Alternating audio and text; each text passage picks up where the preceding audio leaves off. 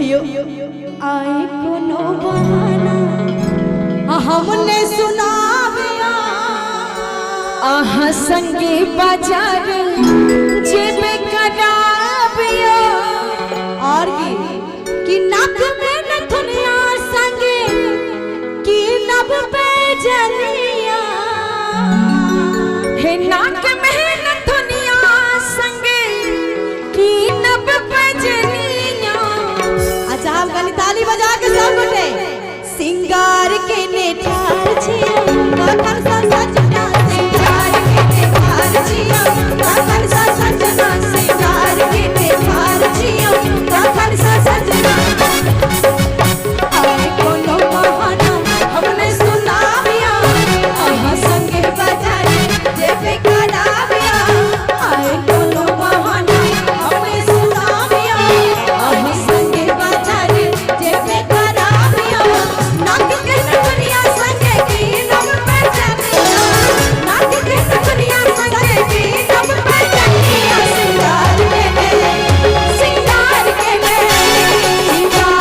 नेठार छिया काकर सा सजना सिंगार के नेठार छिया काकर सा सजना सिंगार के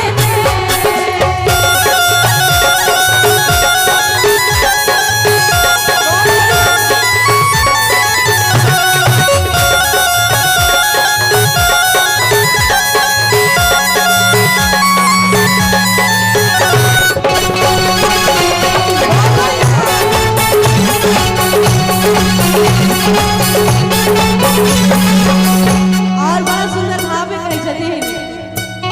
आईने सुनबता झगड़ा कराबिया कने गौर से सुनबे कि आईने सुनबता झगड़ा कराबिया आ अहि सजना हम किछ ने कहबिया हे आईने सुनबता झगड़ा कराबिया ऐसो बेसी है हम किछ न कहाबिया और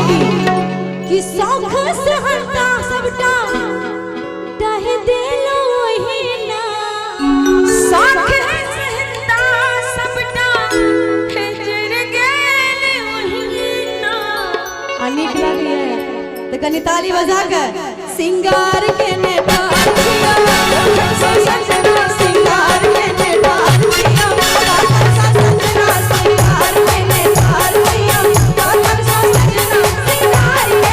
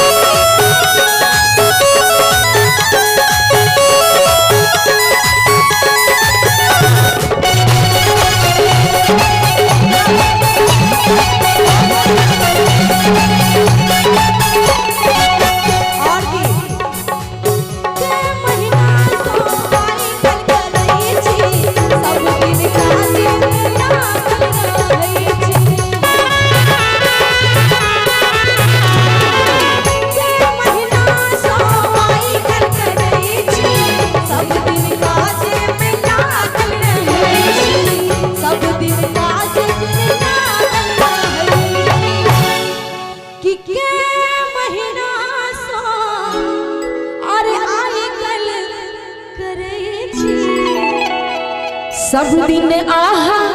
हे काजे में लगे छी और की ड्यूटी बनल आहा के